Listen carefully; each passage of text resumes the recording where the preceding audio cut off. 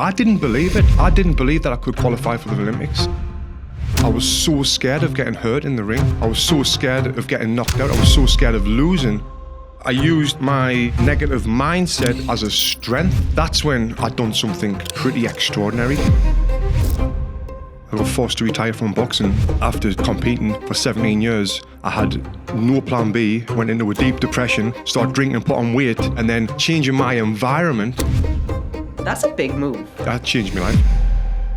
We moved to America and I was looking for jobs online. There was this 24-hour fitness gym. It was outside of Beverly Hills and they were looking for trainers. I was like, oh, I'm going to apply for this job. Didn't get it. What am I going to do?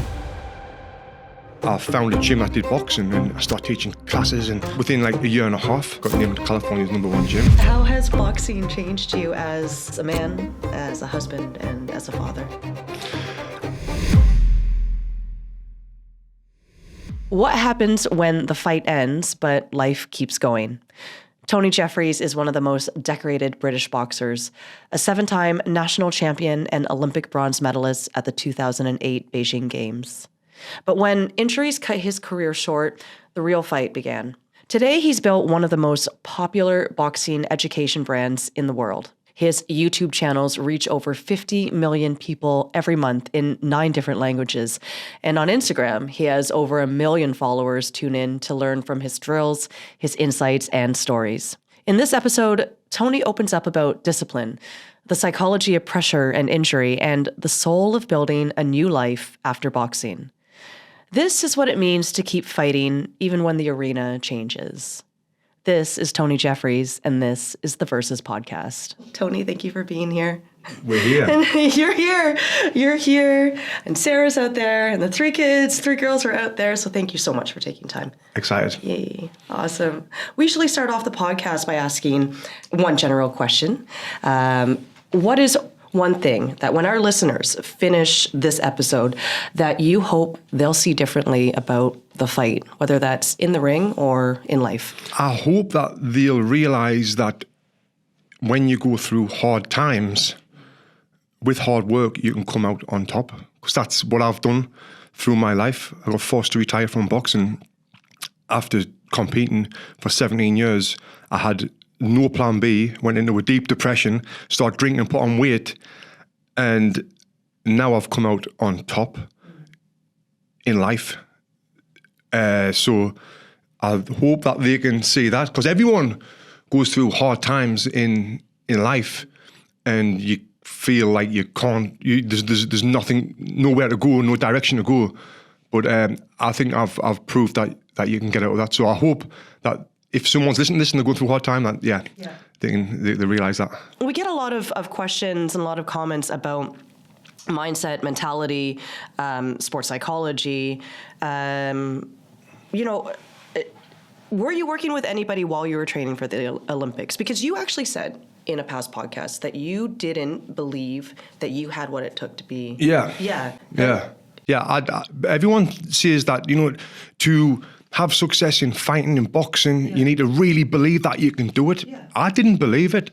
I didn't believe that I could qualify for the Olympics. I didn't believe that I could get a medal in the Olympics. I didn't believe I could win a national title, but I did it. And I think I used my negative mindset and my nerves and not being confident as a strength, because I was so scared of getting hurt in the ring. I was so scared of getting knocked out. I was so scared of losing. That, I guess, helped us train harder.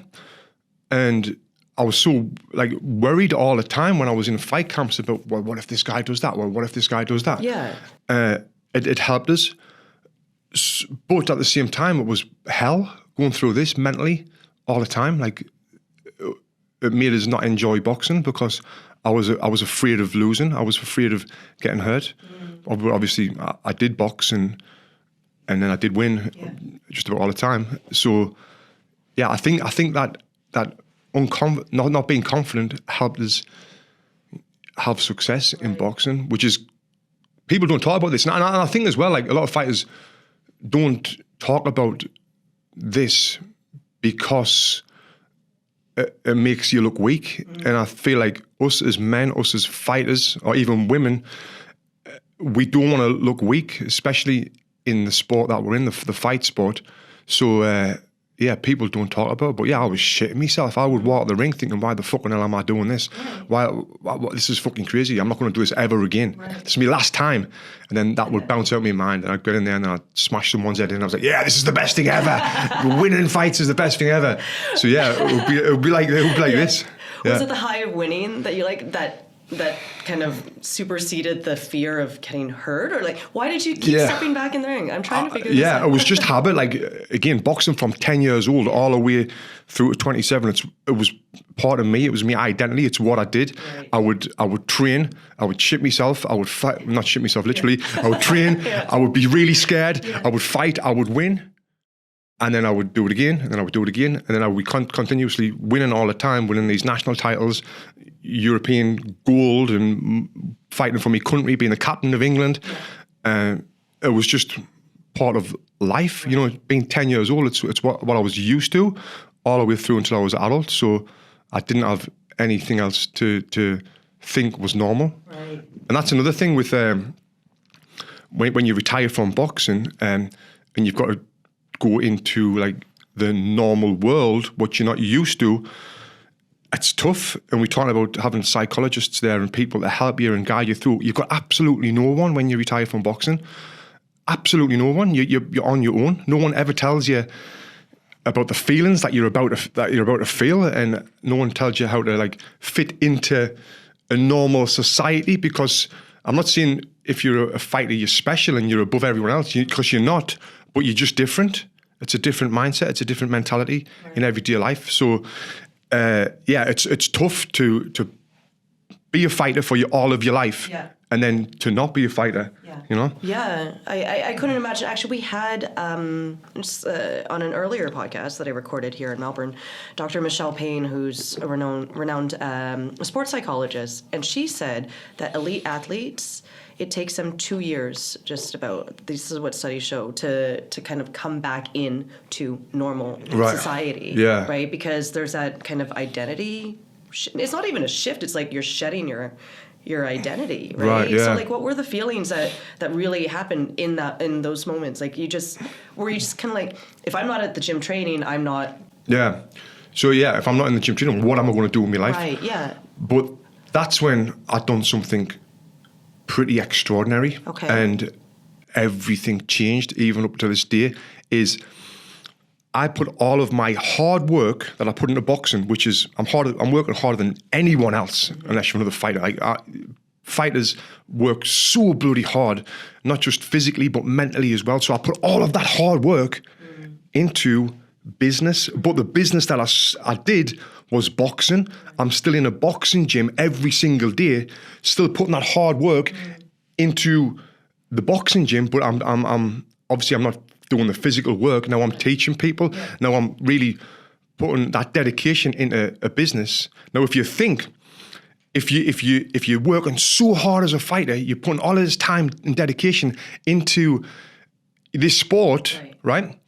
If you put all of that hard work and dedication into anything, what's going to happen? It's just going to fly, right? It's just going to do really, really well, as long as you're passionate about it. Now, I'm passionate about boxing. I'm passionate about business. I'm passionate about helping people. So all of that come together, and then that's when I created something what I think is unbelievable, and that was my boxing fitness business. Yes. Yeah. And now I've helped millions of people through boxing fitness, all because of, obviously, I had my boxing career, but then I retired from boxing. And I never, ever thought I would see this at the time of retiring, because it was the worst moment of my life, the worst depression I've ever had.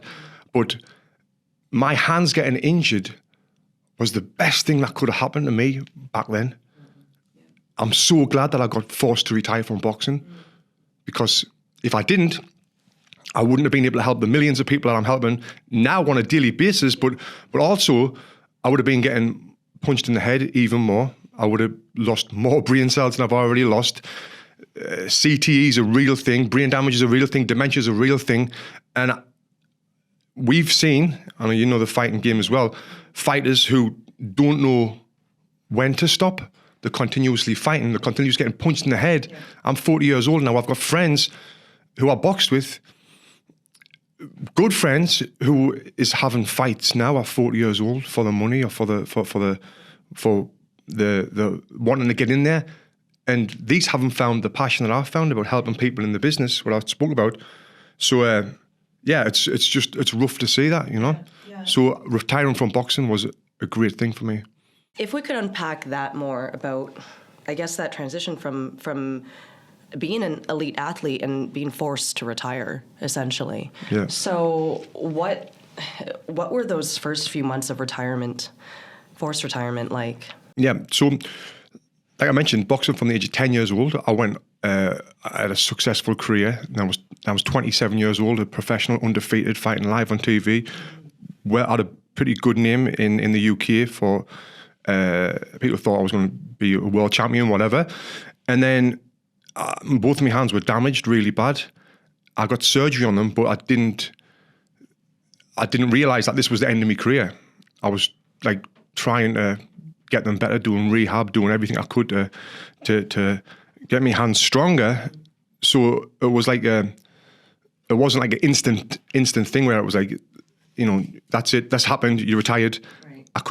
It was prolonged. So because of it being prolonged, I could try and get my head around it a little bit more. Right. Until it was like the time to actually like, I've tested my hands out, they're just not getting better. I've done everything I can do. I've got to retire. Mm-hmm. And it was then when it was like, oh shit. And that's when the depression started to slowly kick in, started drinking to make myself feel better. And it was a rough time in my life. Well, yeah. How did you have, I mean, obviously you had Sarah by your side, your wife, right? Yeah.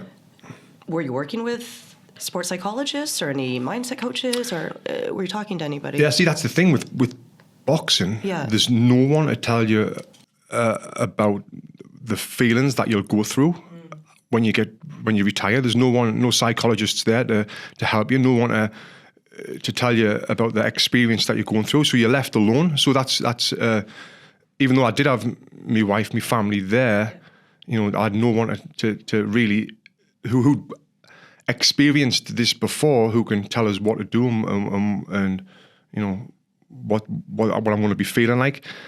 And it's easy for, like, see, for you, for example, say, oh, Tony, you know, you're going to be all right. Mm-hmm. You'll be fine. You're going to go to America and you can do this, you can do whatever. But that's not helping. Right. You know? It's like if someone's going through a bad depression, it's like, listen, you've got nothing to worry about. Mm-hmm. That's not helping them. Mm-hmm. So it's deeper than that. And at the end of the day, it's on you to pull yourself out of that hole, what you've put yourself into, and that's kind of what I had to do. So that's how you took it upon yourself to, like, how did you start to come out of, that's heavy, the depression, the drinking? So I was living in Sunderland in a little one-bedroom flat with Sarah, and it was damp and it was grey outside and it was just a bad environment to be in. And we actually moved to Los Angeles.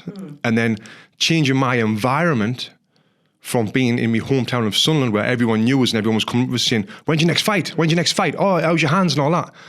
To going to somewhere in California where the sun is shining, there's palm trees around, and no one knows who I am, so no one's asking when my next fight is, and then starting a new business out there, that really helped us, you know, that changed my life. The plan B that you mentioned for, maybe it's your friends that are continuing to fight, or for any boxer or any combat sport athlete, like, did you always know did you always have something in the back of your head about building maybe a boxing brand, or like you were going to stay in it? Like, talk to us about business and how kind of, I guess, the discipline of being an elite athlete translates into business. Where did you get the idea? Well, I didn't, because there's no money in boxing. Well, I never thought there was money in boxing. Like, after boxing, the way you make money from boxing is by fighting.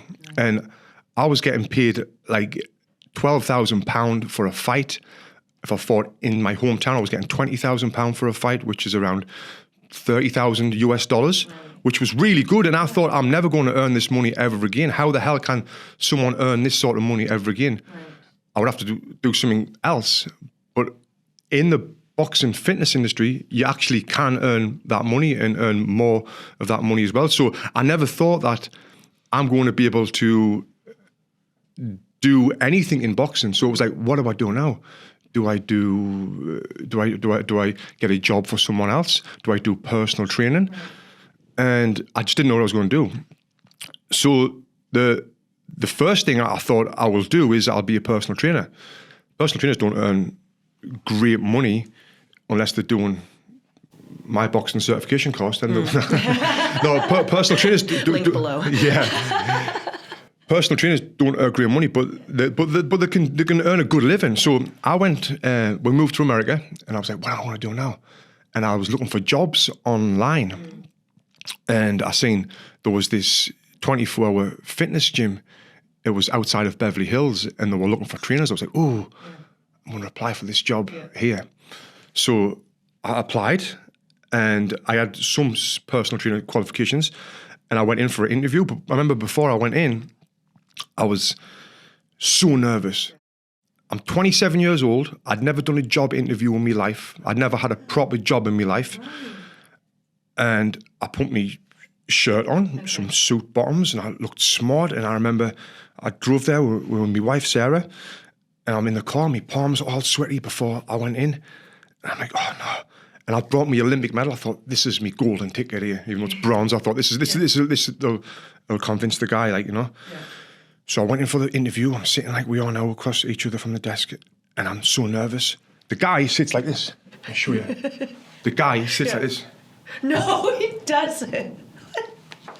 Was this a power play, or is this just like... I'm like, what? This is what they're doing in interviews? Oh yeah, your first interview. My first interview, and he's sitting there like this, and I'm like, hey man, he's like, so tell me about yourself. And I was like, oh well, yeah, I've been training since I was like 10, and I've done this, and I've got some certificates here, and I'm shaking and all that, and he's just like, not even looking at them, and I'm like, oh my god. I was like, okay, and I said, okay. I said, also mate, I've got this, and I've reached in my bag. I'm like, here we go. Pulled out my Olympic medal. Yeah. And I've got this, mate. Yeah. And I opened it up, and he did this. He went, all right. And I'm like, oh my god, Olympic medals mean nothing in America. It must just be big in the UK.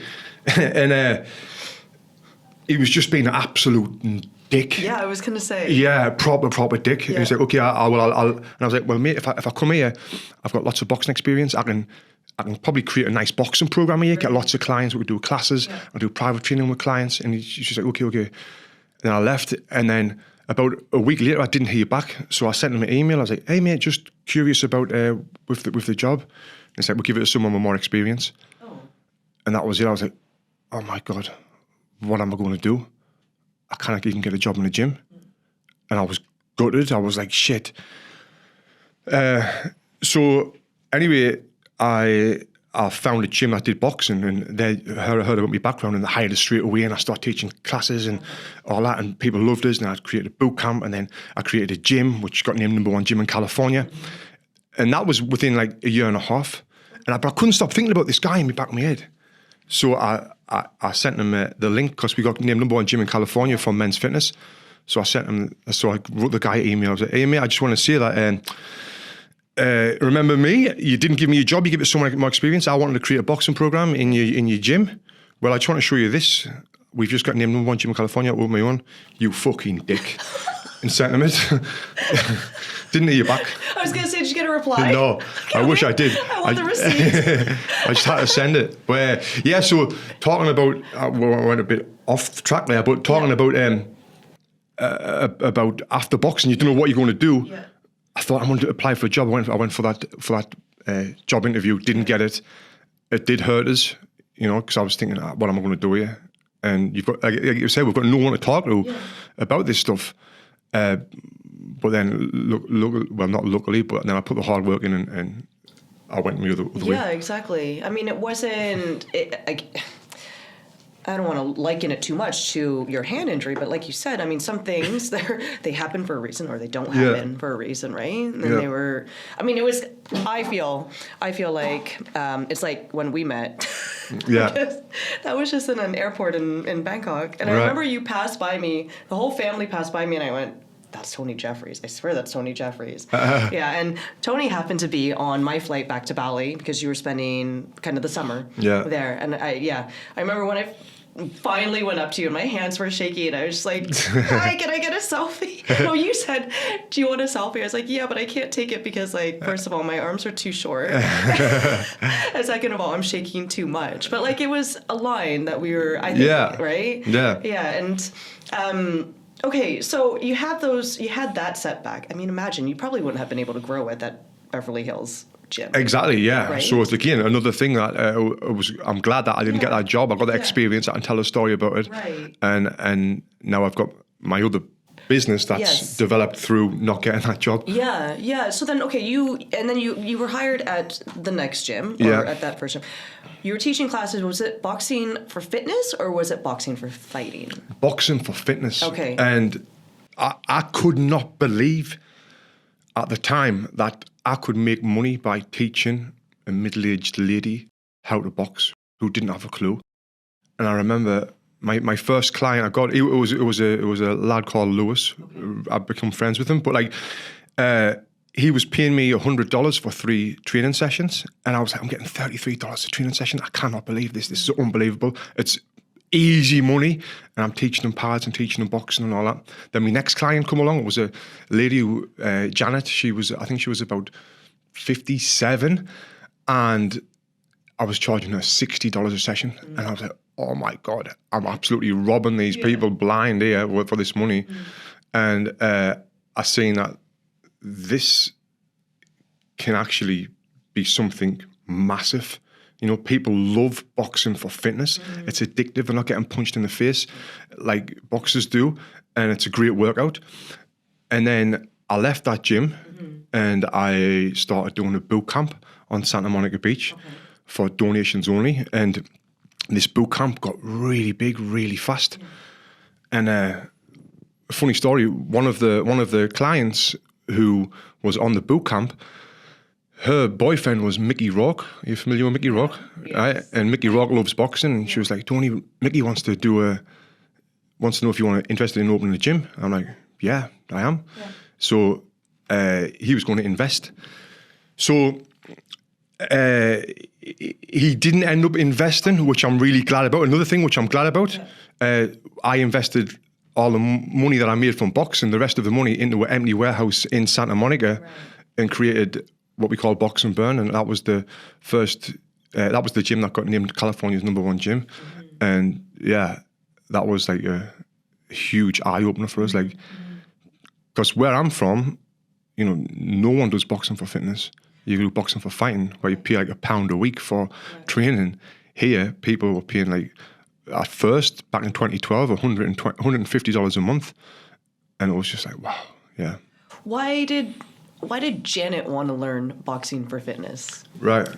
So Janet had wanted to learn boxing for fitness. Her son was doing it with another trainer. Okay. And then she wanted to try it. She liked fitness. And if you see Janet, you would never think like she was someone who would do boxing for fitness. And she did it, and she absolutely loved it. It's like boxing is a very addictive workout for anyone. Like, I guess if you're getting punched in the face, that's when it kind of gets a little bit different. But for fitness reasons, it's the best thing that you can do. Right. It's low impact on your body. You're burning a ton of calories. You're learning a new skill. You are gaining confidence through your new skill that you're learning. And it's a fun workout, and you can see results instantly. Like, not results in your body changes, but results in how you can improve. If we did a session and it was your first time boxing, and then we did another session, you will see a huge difference from session 1 to session 2. Right. And I feel like now with people's attentions, which is very low, you can see instant results. Like if you do CrossFit, for example, I know you do a lot of that. if you do session 1 to session 2, you're not really going to see a difference, are you? Right. Are you though, or not? 1 and 2, maybe with your not so technique, much. Yes, but your exactly. weight's going to be the same. Yeah, Your strength's going to be the same from Right. 1 or 2 sessions. You're not Yeah. going to get stronger off 1 session. But in boxing, you do 1 session, and then you learn the basic punches. The next session, you learn a combination. You're like, wow, you learn a defense, a slip, a roll, a lean back. And then the third session, now you're putting these combinations together and punches together. They might not be absolutely perfect. Might not be like Floyd Mayweather, but you're way better than you were, and you can feel a difference and you can see the difference. And this is why people are addicted to boxing fitness training sessions. This is why personal trainers need to have this in their arsenal of skills, because it doesn't just help you retain clients, it helps you get more clients, and then your clients are posting about you on social media. And when they're doing that, you're going to get even more clients, and then you can charge more money. And it's just like, I've seen this time and time again for years and years with boxing for fitness. That's why it's one of, if not the biggest, I don't like to use the word trend, but it kind of is a trend in the fitness industry that I don't believe is going anywhere. Yeah.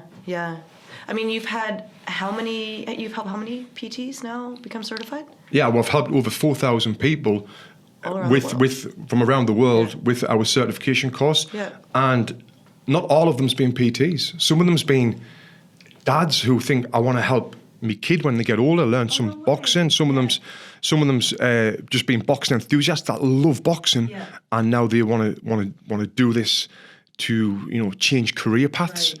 And it's really helped so many people. Like, we got my friend Danny from the Netherlands. He was a corporate guy, and he did our course, and he was like, I want to do this all the time. I love boxing for fitness.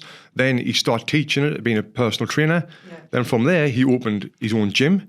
Then the gym got named #1 gym in the Netherlands. Right. And now it's just changed his life. So, like, anyone can do this if you're passionate and you want to work hard.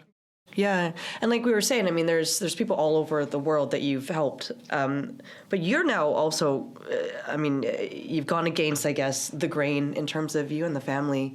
You're traveling all the time. Yeah. I mean, so you went from Sunderland to LA. That's a big move, first of all. How come you chose LA? Just because of... Well, for my last 3 professional fights, I trained in Los Angeles with Tommy Brooks, who was my trainer. And then I would train in LA, then fight in the UK. And then I just loved Los Angeles, and so did Sarah, so we moved there. Okay. So then you went there, and then you decided that you're going to become pretty much like a nomad family. Yeah. Right? So I had 2 booming gyms in Los Angeles. Up until 2020, we had 47 people working for us in total. So it was a big business. It was doing multi-millions of dollars each year in revenue. And COVID kicked in. The gyms both got closed down. Yeah. And I was like, shit, what are we going to do? Yeah. So I found out it was March 16th, we got told the gyms were going to close. What I did, I was like, right, March 17th, we're going to go on YouTube.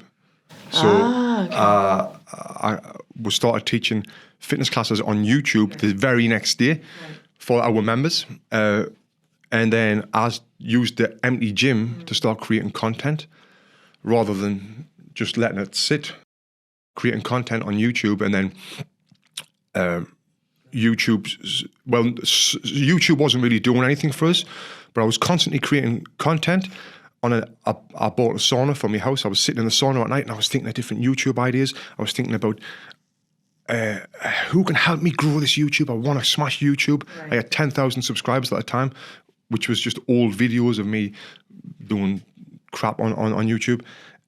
And I was like, I need to find a YouTube manager. And I really researched, and what I was talking about earlier on about how I put all of my energy into the gyms. The gyms were closed down. So now I'm transferring that fighter's mindset and energy into social media. And I'm like, I'm going to smash this right now. I'm going to be big at this. I'm going to do it. I'm going to do it right. And I start really studying about how videos work, how editing work. I was doing some editing myself at the time, how YouTube worked. And I was going in the gym and I was creating loads and loads of videos, given my knowledge from boxing, getting them edited, learning about thumbnails, and then posting them. And I told myself I want to post 3 videos a week. I'm going to just continuously doing that. And I was doing that. And then after like a month or so, one video that I posted, it got like 10,000 views in a day, and I was like, what? Yeah. And then the next day, it got another 10,000 and 20,000. The next day, it got 30,000. Then my subscribers just start building off this one video. Then it got 50,000. Yeah. And I hired a YouTube manager at the time called James. And I was thinking, this fella, he's buying these views for us. He's just. You didn't trust the numbers. No, I was like, these numbers can't be right because yeah. he's just trying to keep his job. Yeah. And I was like, mate, what you're doing to this is not right. Because the subscribers were going up and the views were going up. Yeah. Next day, it got 100,000, 200,000. Yeah. And I was like, I nearly fired him. Yeah. And we had an argument about this. But obviously, he's been working with me now. He's 5 years later. He's a good friend and he's great. But that was the start of something new. My YouTube channel blew up. Okay. My next video has done well. And then life has never been the same since. That was in October 2020. Okay. Yeah. We're recording this podcast right now in 2025. And there's not a day went by since that day right there that I've never grew 1,000 subscribers. Wow. Every single day since that day, I've grew at least 1,000 subscribers. Like right now, I'm growing subscribers as we're doing this podcast. Yes, yeah. I'll be getting hundreds of thousands of views on my videos and tons and tons of new subscribers. That's unreal. Yeah. So I believe, I read somewhere, is it 10 million views per month over 9 languages? Is that right? YouTube? Oh, me? Yeah. No, way more than that. Oh. Yeah. Yeah, I'm getting way more. Than that. So I thought change that in my intro. Yeah. How many views per month is it? And it's 9 languages, though. Is that what it is? I've got loads of languages. I was trying to count them. Yeah. What I did in, when was this? It was a couple of years ago.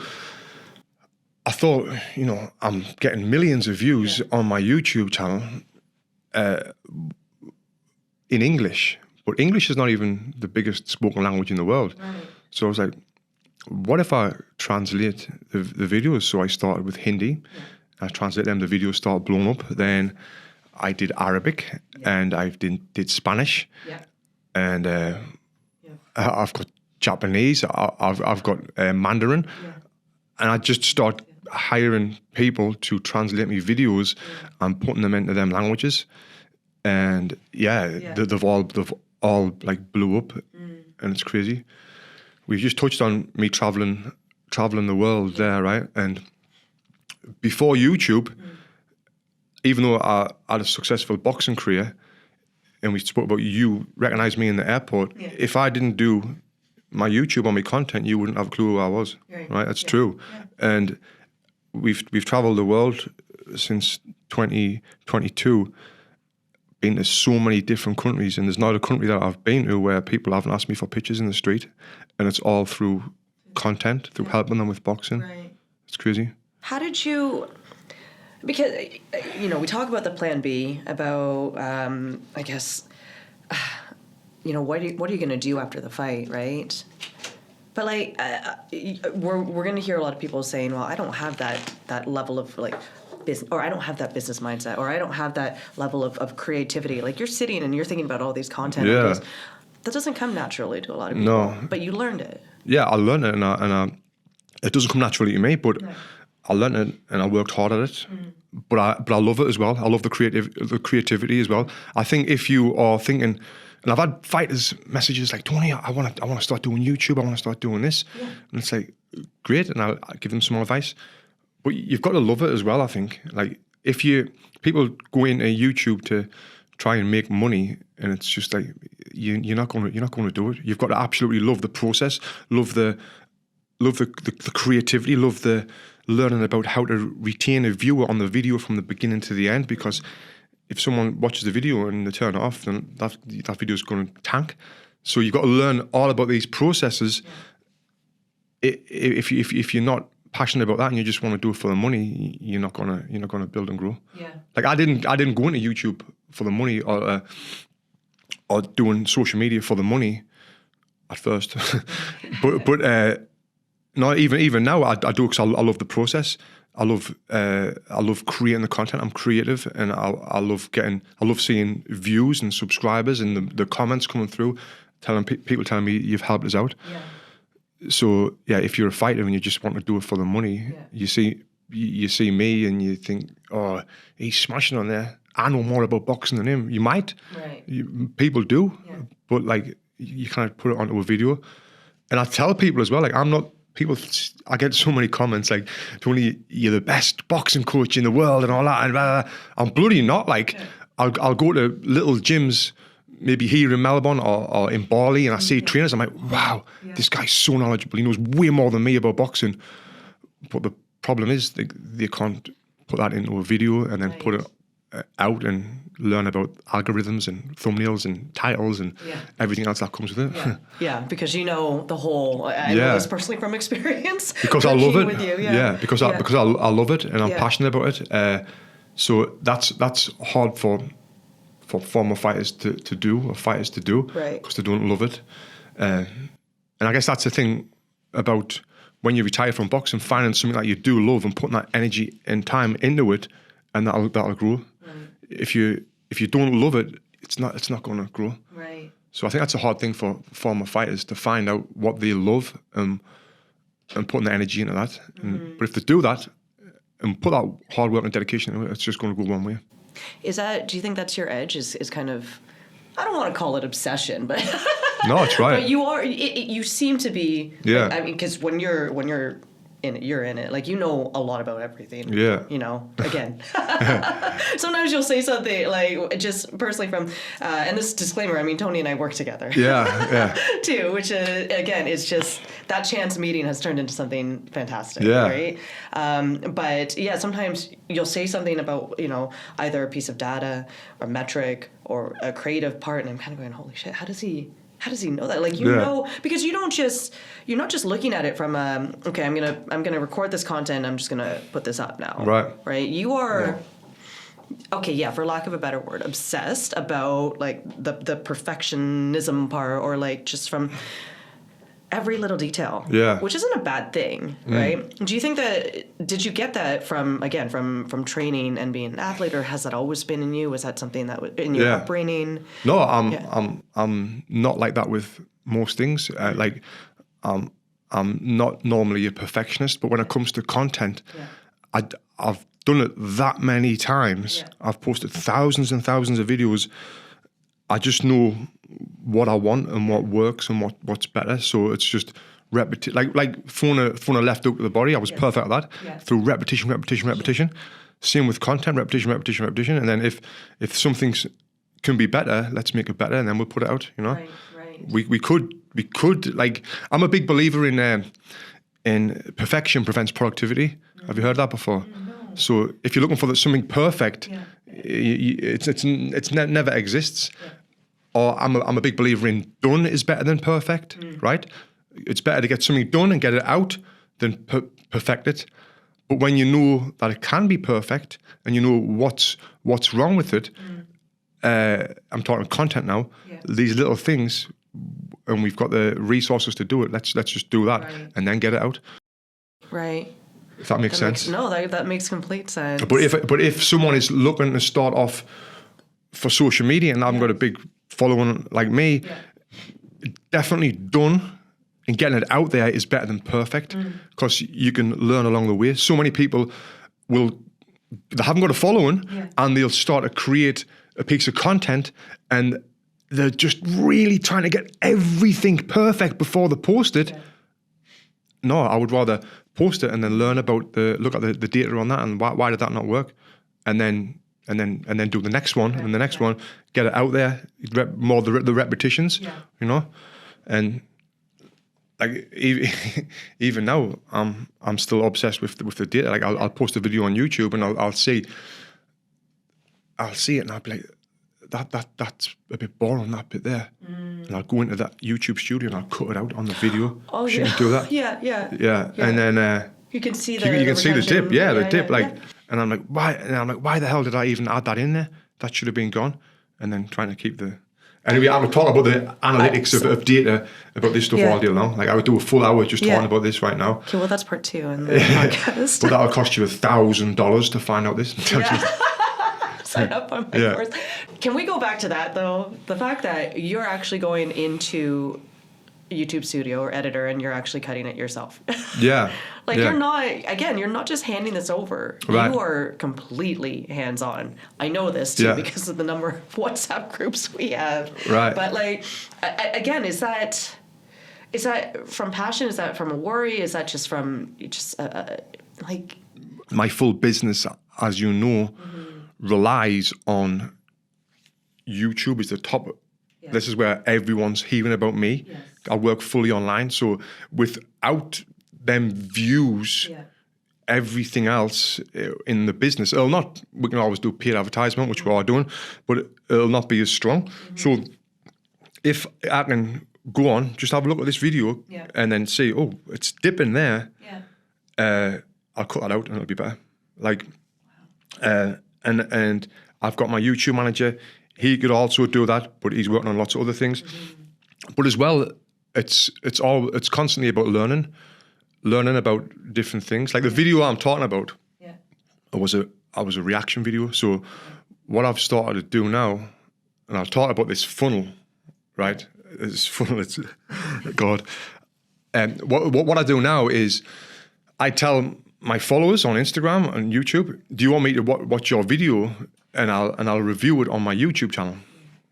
They'll be like, oh yes, I want to be on Tony's YouTube channel. I also want to send them a boxing video. Yeah. So I'll get their emails. I'll get them to submit the video, get their email address. I'll put their email into an email funnel where I try and sell them something. That's a different avenue I'm talking about. And then I'll get their video and I'll watch it and I'll post it on YouTube with me making fun of them, but also giving them feedback about their boxing. Now, one video in particular, so on this YouTube video, there's like 15 different people I'm reviewing their videos. One of them was 2 guys sparring, and it lasted too long. And I seen when people were watching this video, my full video, when I got to these 2 guys who were sparring, people would turn the video off. Like a lot of people would turn the video off. Like 10% of people would turn the video off. Right. If they turn the video off, it's going to hurt the video performance. Yeah. So I went in and I seen that and I was like, oh, and I cut that section out. Yeah. And now that dip will start to straighten up a little bit, which will help the video overall. Yes. And that's why I went in and I did that, because I'm still learning about this sort of video content, about reacting to people's videos. Yeah. So now, because I've done that, now I know in the future that putting a long, boring bit of sparring in, it's going to hurt the video. Right. So it's also about educating myself, constantly learning. And this comes down to the obsession, what we've just spoke about, of me being obsessed with being the very, very best at what I do, like I was with boxing, with content as well. And so that's it. And then, like I said, the other people who were submitting, or everyone who's submitting, I've got their email addresses now. They go into a value email funnel that is constantly working in the background. Like right now, people's getting emails off me. Yeah. That is why I'm sitting here right now. People could be getting emails off us, like giving them value about boxing, but also at the end, I'd be like, by the way, I can help you if you want to get my paid program. Mm-hmm. And then that will be selling there. So like, this is something that I didn't know how to do a year ago. And I've been doing content now for 13 years. No, not for 13 years, for 7 years, like constantly. So I'm learning all the time, where a lot of people will settle and they'll be like, oh, I'm good now. But I'm not. I'm constantly trying to scale and be bigger and be better.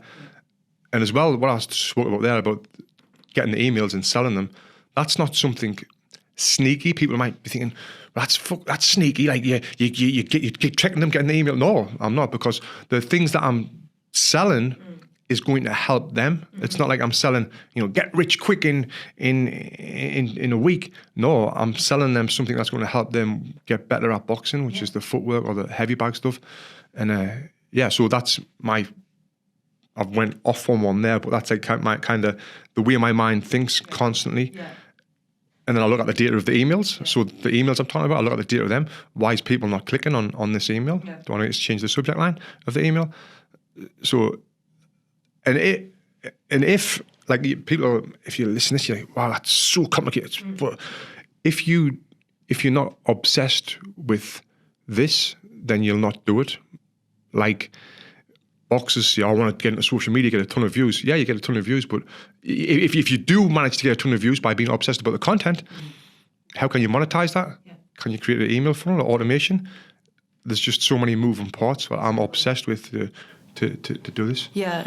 Yeah, and I think just from us working together, and from what I know about you, you're not obsessed. Like, what's driving you isn't the dollar figures and what's coming in. It's always your North Star. Always seems to be, am I providing value? Yeah, right. Helping people. Yeah. I mean, sometimes you're putting out like 3 posts a day on like Instagram. Like, oh shit, there's another post on Tony Jeffries, right? So like, I mean, you obviously enjoy building the content, creating the content, but yeah, what I've learned about you is that you've said this before, is that your mission is to help as many people. To help as many people as I can with boxing, because whether you're doing it for fitness or for fighting, I get a little buzz off when someone comes and stops in the street saying, Tony, your videos have really helped us. Like, I'm like, oh, nice. That's my little buzz.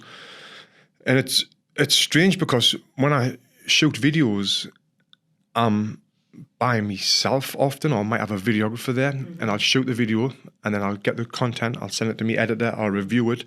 My YouTube manager will then post it after we've got the thumbnail. And then that's it. And then I see numbers, like the thousands or millions of numbers, like, and it's just a number. Yeah. And I don't really see them numbers as people, right? And I was thinking about this because I'm by myself and I'm doing this. But then when I went to Kuala Lumpur in Malaysia, right, I'm walking around the streets and they must love boxing there. Every other shop we go to, I'm getting recognized for pictures. I'm like, this is absolutely crazy. Kuala Lumpur in Malaysia, this is unbelievable. Right. And then there was a guy who had a gym there, reached out to us, like, do you want to do a seminar in the gym? And I was like, I wonder if I should. So I spoke to this guy and I was like, I don't want to earn money from this. So I said, I'll do a seminar in your gym and let's give the money to a local charity. And he's like, all right, sound. So I announced it on social media that I'm doing a seminar in bloody Malaysia, and within 2 days it had 60 people signed up for it, and I was like, oh my God, this is unbelievable. And raised a few $1,000s for a local charity for helping kids, get off the streets. So from being in a gym or a studio by myself or with a videographer to selling out courses in the other side of the world, like it's bloody crazy to me. Yeah, and to see the effect that has, right? Like you're saying, I mean, you're kind of in isolation as you're recording the content, and then seeing, you can see the comments, right, that people are putting some of the dialogue conversations, but it's not until you actually get out there and you see that the effect that you're having, right? Yeah, it's amazing. Like I don't realize. Like I said, these are just look at numbers. Yeah. And getting this many views, but I don't look at them as people. Obviously, you see the comments as people, but and then it's just crazy to see. So what's next for the Tony Jeffries brand, for Boxing Fitness Academy? My passion is helping people with boxing.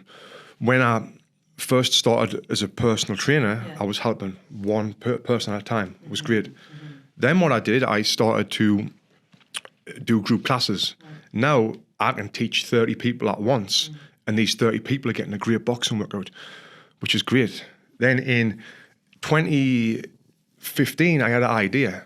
So I created these systems of how to teach people boxing. And I was like, and they were successful. And I was like, why don't I teach other people how to teach boxing? I was like, that's a good idea. So I created a certification course where I teach people my methods that I've created, how to teach someone who's never boxed before, boxing for fitness. And you don't have to be a boxer to be able to teach this. You need to understand it. So I did this, and I did a live course in my gym in Santa Monica, and it packed out. I was like, wow, this is a market for this.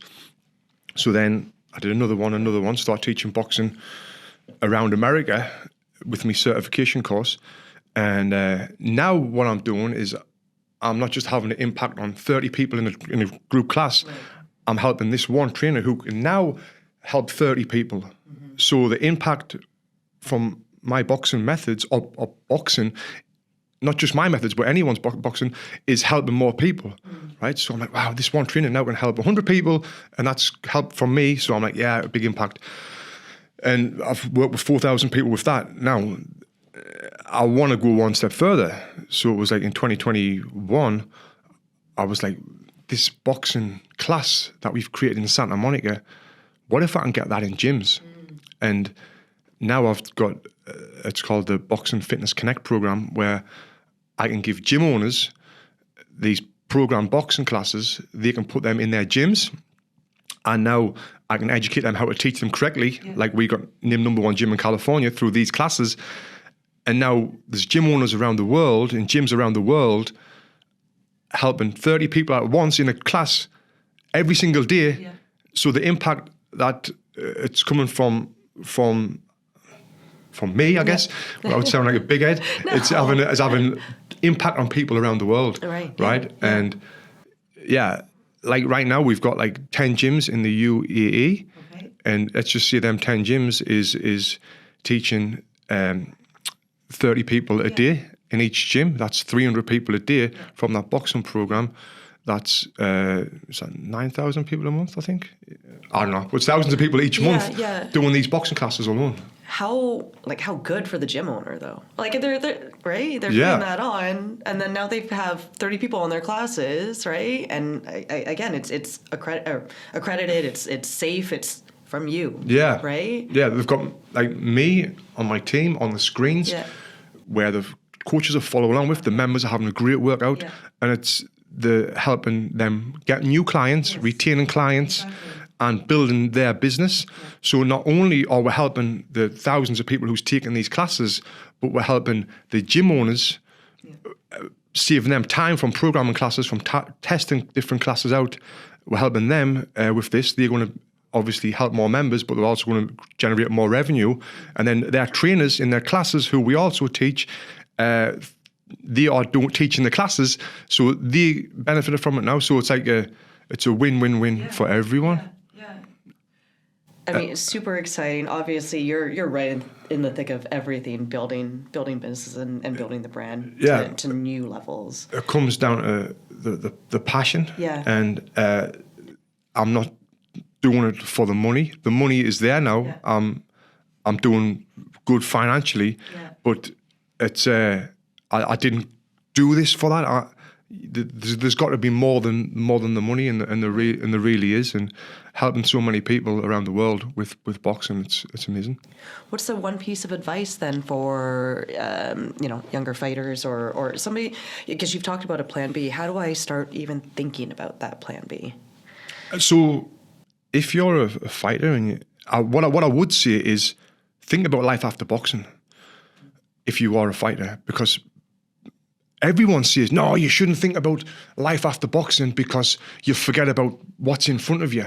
And I interviewed a world champion boxer, and I was like, do you ever think about life after boxing? He went, no, I just focused on my next fight. And I'm like, I see that, but at the same time, that you could break your hand tomorrow in training, and then what, right? You'd be like me. You can get into that fight, yeah.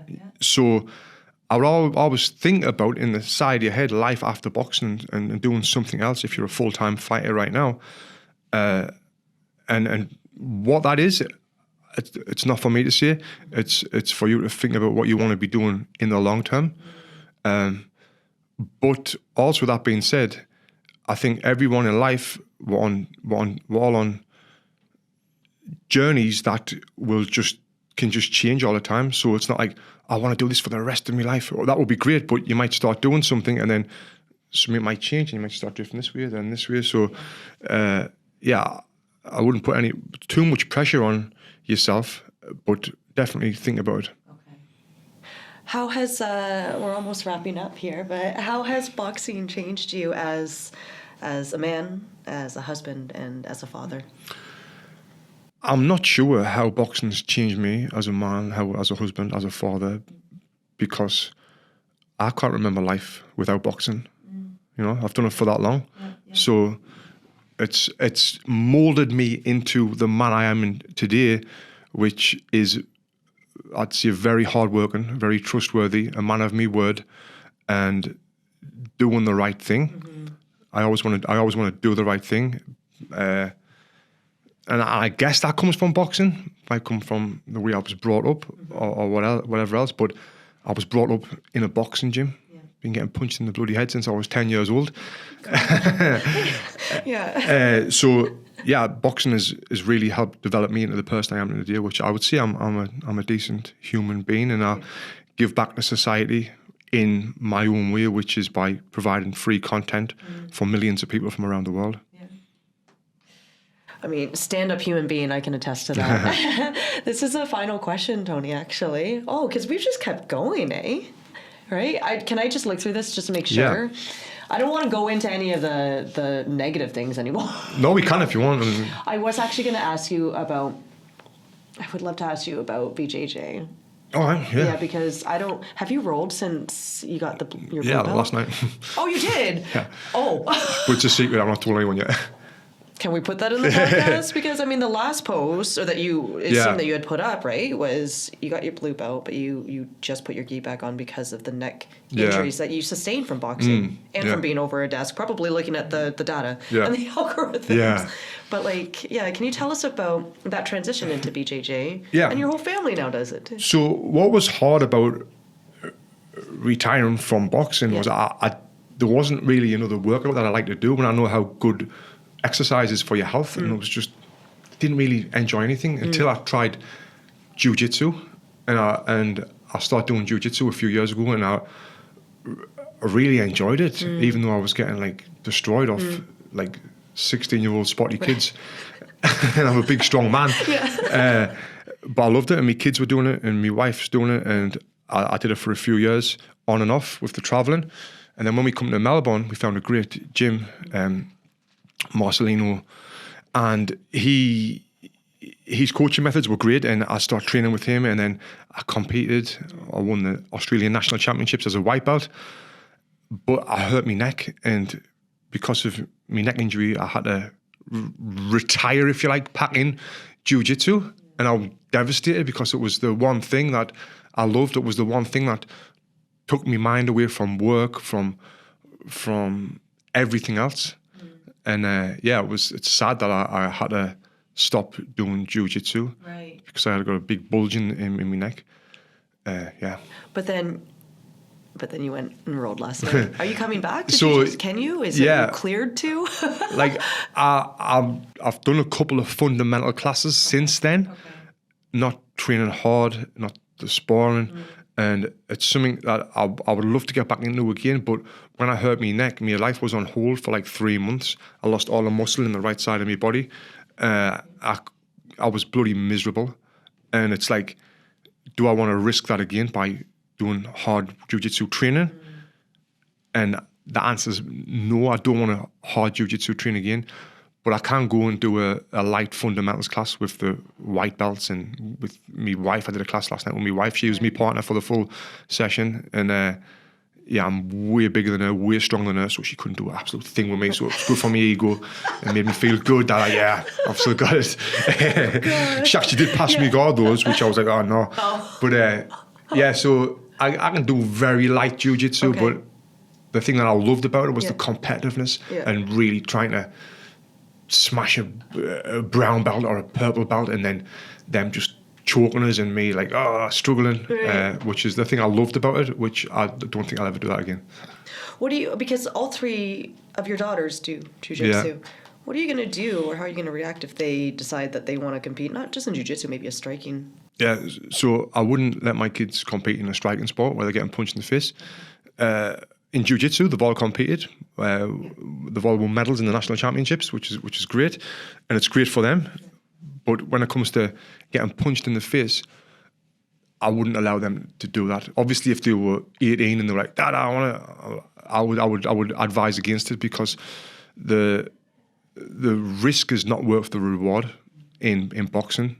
For men, but even for women as well, it's definitely not worth it. So yeah, I would not let them do that. I let them learn how to box. It's great. I think everyone should let their kids learn. I think everyone should put their kids in jiu-jitsu and boxing or Muay Thai, and they do that and they enjoy it. Yeah. They didn't at first, but they enjoy it, and it's really good for them. And I've heard parents before say, oh, my kid, they wouldn't do jiu-jitsu. And I'm like, who knows best, you or them? Yeah. You know best, right? Tell them they've got to do it. Well, no, they'll argue with us. I'm like, so who knows best? Like, get them in it. My kids, at first, didn't like jiu-jitsu, and I put them in it. And sometimes they would be like, no, I don't want to go. They'd cry on the way there. But who knows best? Me or an 8-year-old kid? I know best, right? They don't want to do it. They've got to do it. So I know that this is going to benefit them in life. And one thing I always say to my kids, we've got to do hard things for an easy life, right? Or do easy things and you'll have a hard life. Right. The other day I was talking to a guy in Melbourne and he was asking me about my travels and I was like, oh yeah, I told him about it and I was saying, have you travelled much? He went, yeah, last year we went to like Brisbane with the family. He went, but I'm still paying for that trip right now. And I was like, all right. So what do you do for a living? He's like, oh, I'm a plumber. And straight away I thought plumbers earn good money in Australia. So I went, do you work for yourself or do you work for someone else? He went, oh, I work for someone else. And I'm thinking, like, why? And so I says, why don't you do your own thing? He's like, oh no, it's too hard that. It's too hard. And straight away, I'm thinking, you're lazy. You're doing easy things and now your life's harder. You're paying for a trip. When you went to Brisbane 8 months ago, you're still paying for that now. But now you're telling me that it's too hard to work for yourself because you've got to find your own work. You've got to invoice people. You've got to quote people. You've got to chase people for money. And I'm just like, oh my God, this is the kind of person that, one, I don't want to be around. That sort of mindset. Oh no, I'm not working for myself. It's too hard. And it's the type of people I don't want me kids to be around because it's the wrong type of mindset that I want to be around in life.